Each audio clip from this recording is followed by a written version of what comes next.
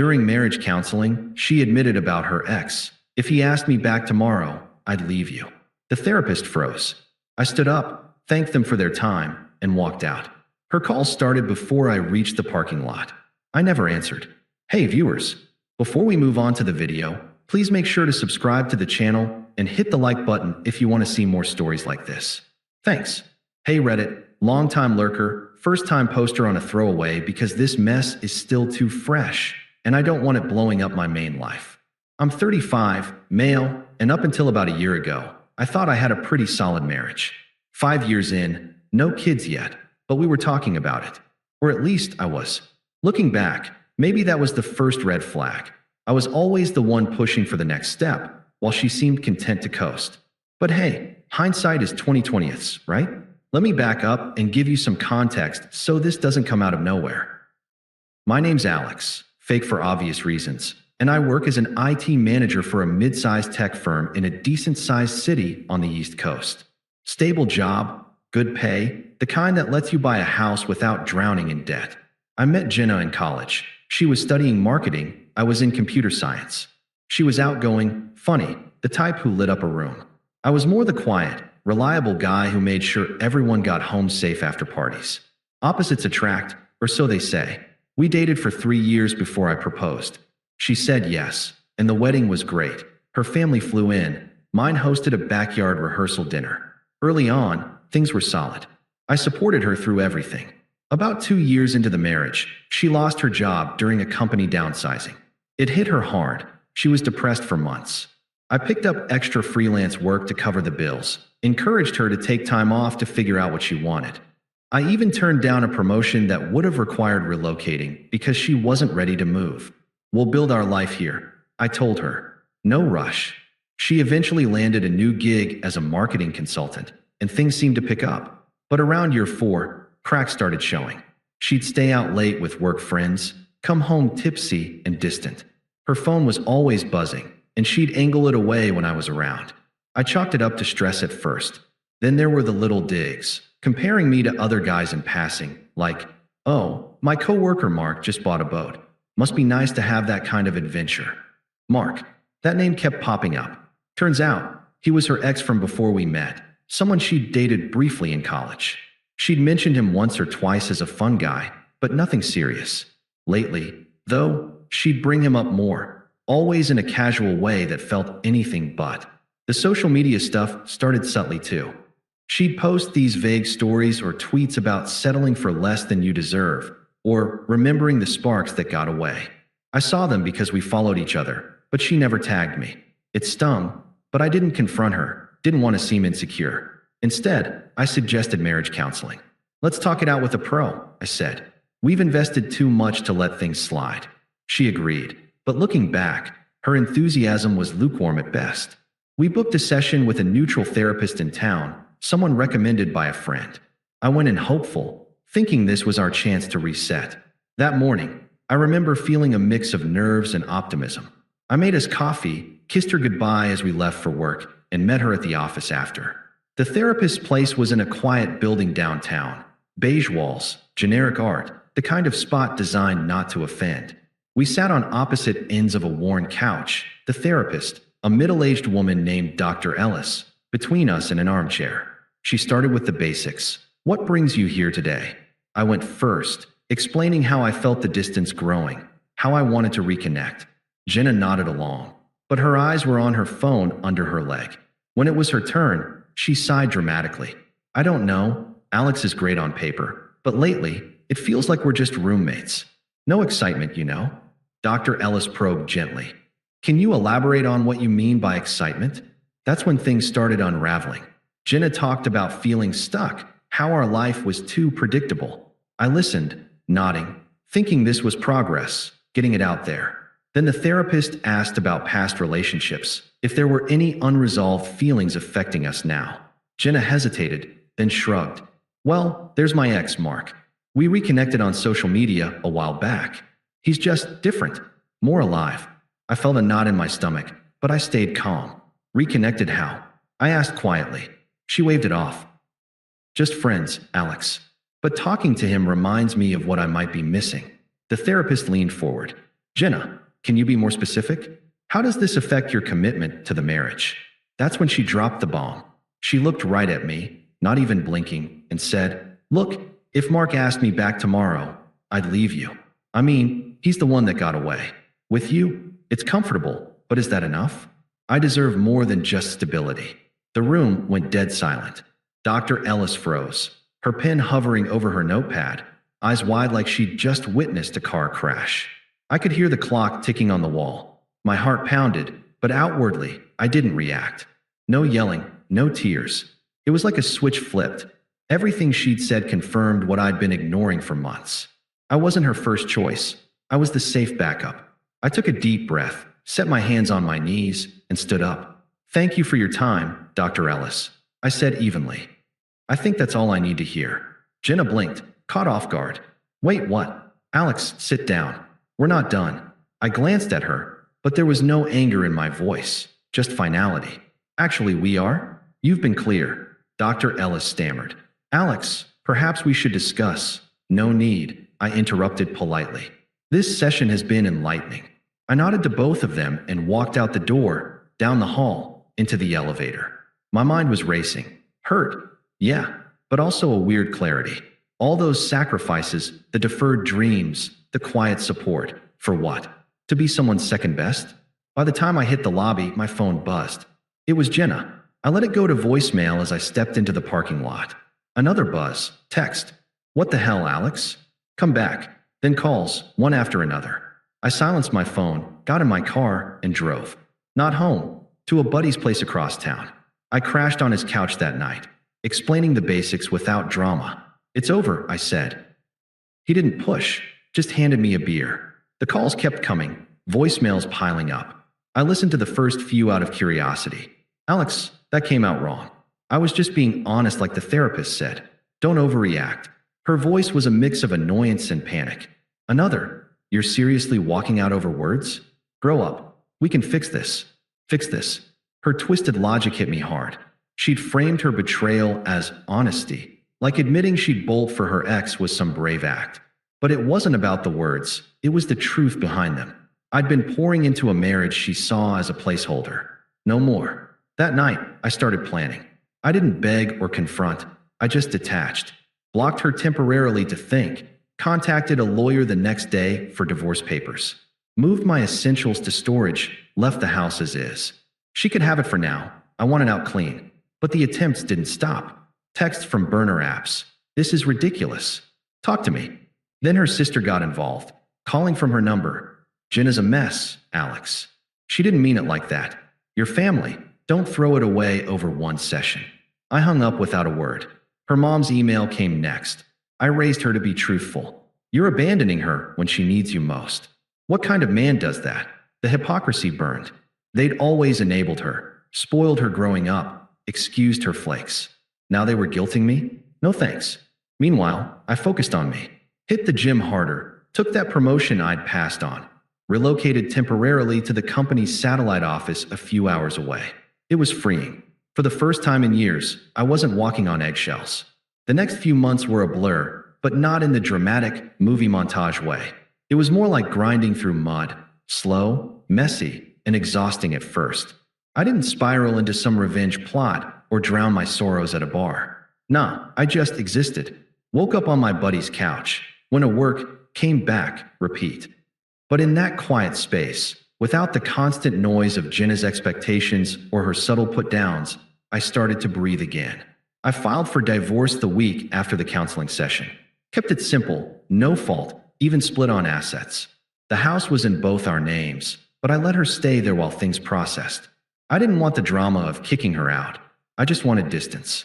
My lawyer handled the communication, and I moved into a small apartment near the new office branch. It was basic, one bedroom, kitchenette, view of a parking lot, but it was mine. No eggshells, no waiting for the other shoe to drop. Work became my anchor. That promotion I'd turned down before, I circled back to my boss and took it.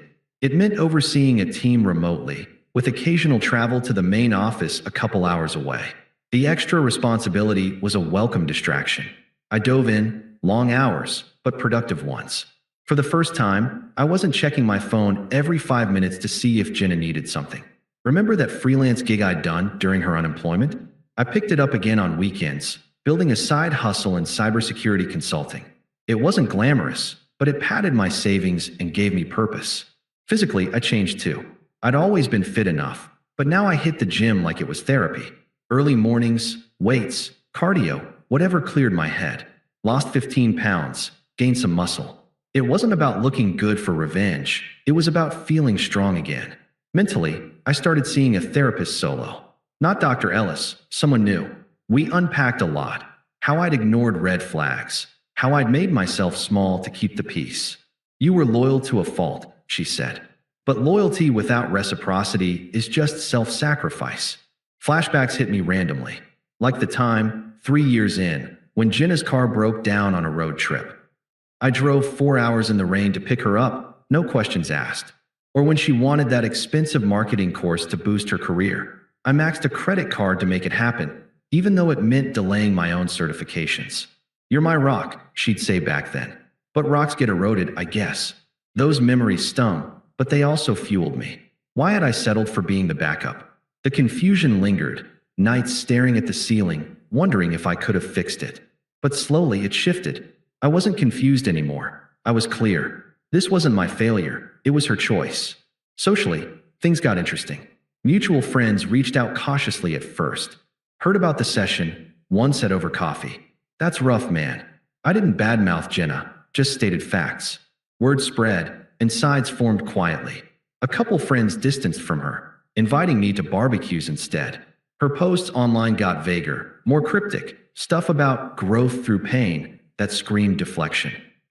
I unfollowed everything, focused on my circle, started hiking on weekends, joined a local trivia league, met people who didn't know our history, who saw me as Alex, not Jenna's husband. Dating crept in eventually. Nothing serious at first, a coffee here, a dinner there. It was weird, but liberating. No pressure to be the perfect provider. About 6 months post-session, I met Sarah at a work conference. She's an HR, sharp, kind, with a laugh that cuts through BS. We clicked over shared nerdy interests, sci-fi books, bad puns. It wasn't a rebound, it was real. She knew my story, didn't pry, just supported. For the first time, I felt like an equal, not a safety net. Through it all, I stayed detached from Jenna's orbit. Ignored the occasional email from her lawyer nitpicking details. Her attempts tapered off after the initial barrage, but I knew it wasn't over. The silence was too heavy, like a storm building. And yeah, I wondered about Mark. Had she really gone back to him? Rumors trickled in. Friends mentioned seeing them together at bars. But I didn't dig. That was her mess now. Mine was rebuilding, brick by brick. By month 8, I looked in the mirror and saw someone new, confident, unburdened. The hurt was there, a scar, but it didn't define me. I'd sat with the unfairness long enough. Now it was time to rise. That's when karma decided to show up, fashionably late, but with a vengeance. It wasn't some cosmic lightning bolt, just the natural fallout of bad choices unfolding in real time. I didn't seek it out. It found me through the grapevine, bits and pieces from mutual acquaintances who couldn't resist sharing. It started with Jenna moving in with Mark about a month after I left. From what I heard, it was all fireworks at first, romantic getaways, flashy dates. She posted about it indirectly, those new chapter vibes on social media. But cracks appeared fast. Mark, the exciting ex, turned out to be as flaky as advertised. Unstable job, some freelance gig that sounded more like a scam. Arguments escalated. Friends whispered about his temper. One night, it blew up publicly at a local bar. He yelled at her over nothing, smashed a glass. She downplayed it, but word spread. Then the discard. Around month 5 post-split, Mark bailed. Used her for a place to crash while figuring things out. Drained what was left of her savings on his business ventures, and ghosted. Turns out, he had a side chick the whole time. Someone younger, more adventurous. Jenna found out the hard way, via a tagged photo online. She unraveled quick. Lost her job soon after. Brought the drama to work, missed deadlines during the fallout. Got let go with a severance that barely covered rent. Isolation hit next. Her family enabled her, sure, but even they had limits. Her sister vented to a mutual friend. Jenna's a wreck, crying all day, blaming everyone else. Mutual friends pulled back hard. After hearing the full counseling story from me, neutrally, no embellishments, they saw the hypocrisy. She treated you like a doormat, one said. Invites dried up, group chats went silent. Her reputation took a nosedive. Those vague posts backfired, painting her as unstable. She ended up couch surfing with her mom, scraping by on unemployment, buried in debt from the house payments she couldn't handle alone. I got the details in dribs and drabs, a text from a buddy here, an email there. Never sought it, just nodded and moved on. Internally, it was satisfying in a quiet way. Not glee, more like validation. She'd chased excitement and found chaos. I'd chosen stability and built peace. The irony? She discarded me as boring, but now she was the one adrift. It felt earned, realistic, no Hollywood explosions, just consequences. The fallout didn't stay quiet for long. After the karma wave hit Jenna, her attempts to crawl back ramped up like clockwork. It started subtle, texts slipping through cracks in my blocks, probably from new numbers. Alex, we need to talk. I messed up big time. I'd delete without replying, but they escalated. Voicemails next, tearful at first, then frustrated. Her family jumped in, toxic as ever, guilting me like I was the villain for not forgiving her moment of honesty. About a month after her firing, she showed up at my new apartment unannounced. I'd just gotten home from work, still in my button down, when the buzzer rang. Through the intercom, her voice cracked. Alex, it's me. Please, let me up. I drove all this way. I paused, but curiosity, or maybe closure, won. I buzzed her in, but kept the chain on the door when she knocked. She looked rough, hair messy, eyes puffy, clothes rumpled like she'd slept in them. Thank you, she breathed, stepping close. God, Alex, I've been a wreck. Mark, he was awful. Abusive, manipulative. He took everything, my savings, my confidence. I got fired because I couldn't focus after he left. I'm staying with Mom now, but it's hell. Her lectures never stop. She reached for my hand through the crack, but I stepped back. What do you want, Jenna? Her eyes welled up. I want us back. That counseling thing. I was stupid, pressured to be honest. But it wasn't real. You're the stable one, the good one. We can start over. Therapy again, for real this time. I'll change. I shook my head, voice steady. You said it yourself. If he asked, you'd leave. And you did, basically. Chased the excitement, left me as the backup. She flushed, twisting it. That was hypothetical. You drove me away with your routine life. No passion, no risks. But now I see, stability matters. Please, Alex. I'm desperate here. Desperate was right, but her logic flipped everything. Blaming me for her choices? Classic hypocrisy. This isn't about passion or risks, I said calmly. It's about respect. You didn't have it for me then. I don't have time for this now. She got angry fast, true colors showing. So that's it. You're just done? After everything I put up with, your boring job, your safe choices? You're heartless, Alex. Walking out like a coward. I closed the door midway through her rant, locking it. Goodbye, Jenna. Her pounding faded as I walked away. Blocked the number she used that day. But she didn't stop. Weeks later, the family barrage intensified. Her sister called from a private line. Alex, this is ridiculous. Jenna's falling apart, crying, not eating. She told me everything. Yeah, she screwed up, but who hasn't? Your family. Suck it up and take her back. Mom's worried sick.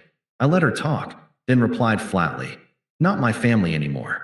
Tell Jenna to move on. Click. Her mom emailed next, a long guilt trip. I can't believe you'd abandon my daughter like this. She was just expressing feelings like we taught her. Now she's broke, alone, because of your pride. What kind of man leaves a woman in need? I didn't respond. The attempts turned frantic, Jenna's voicemails swinging from pleas to rage. One night, she called late. Alex, pick up. I know you're there. Mark was a monster. He hit me, stole from me. I'm at rock bottom.